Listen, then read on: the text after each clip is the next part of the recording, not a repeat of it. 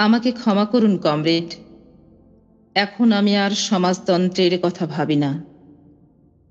অন্ন চাই, বস্ত্র চাই, কিংবা দুনিয়ার মজদুর সব এক হও বলে দুই হাতে শাবল তুলে ধরি না এখন আর। এখন ইস্তেহারে কি কি লেখা হবে সেজন্য রাতভর করি না আমি। অর্ধ শতাব্দীর এই দীর্ঘ সময়ে নিরন্ন শীতার্ত মজুরের জন্যে একটি কম্বলও সংগ্রহ করা হয়নি আমার। বুভুক্ষ কৃষকের জন্যেও এক মুঠো চালের সংস্থান করতে পারিনি। যে শ্রমিক গাঁইতি চালাতে চালাতে চৈত্রের তাপদাহে মূর্ছা যায়, তার জন্যে তালপাতার একটি পাখাও তৈরি হয়নি আমার দাবির মুখে। ছি, কি লজ্জা আমার! আমার মুখে কি সমাজতন্ত্র শোভা পায়? কোন মুখে ওসব বেদবাক্য উচ্চারণ করি বলুন?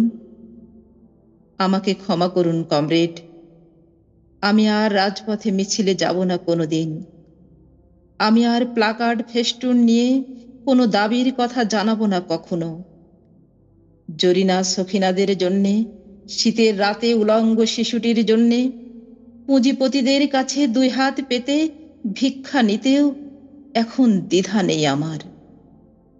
আমি ওদের চাকুরে ছাপোষা কেরানি। আমার মুখে সমাজতন্ত্র মানায় না একেবারেই। কমলাপুরের রেলবস্তির কিশোরী আমেনার কথা মনে পড়ে কমরেড, কিংবা সখিনার কথা।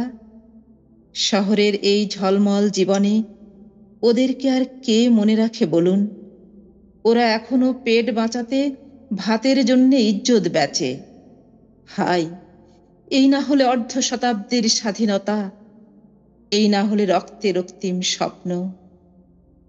আমি এখন আর স্বপ্ন দেখি না নতুন কোনো ভোরের। অন্ধকারকে আমার নিয়তি ভেবে ভেবে আমার সব দাবি নির্বাসন দিয়ে নিঃস্ব আমি এখন পুঁজিপতিদের গোলাম। আমাকে ক্ষমা করুন কমরেড, আমার জিহ্বা আড়ষ্ট, এখন কিছুই বলার নেই আর।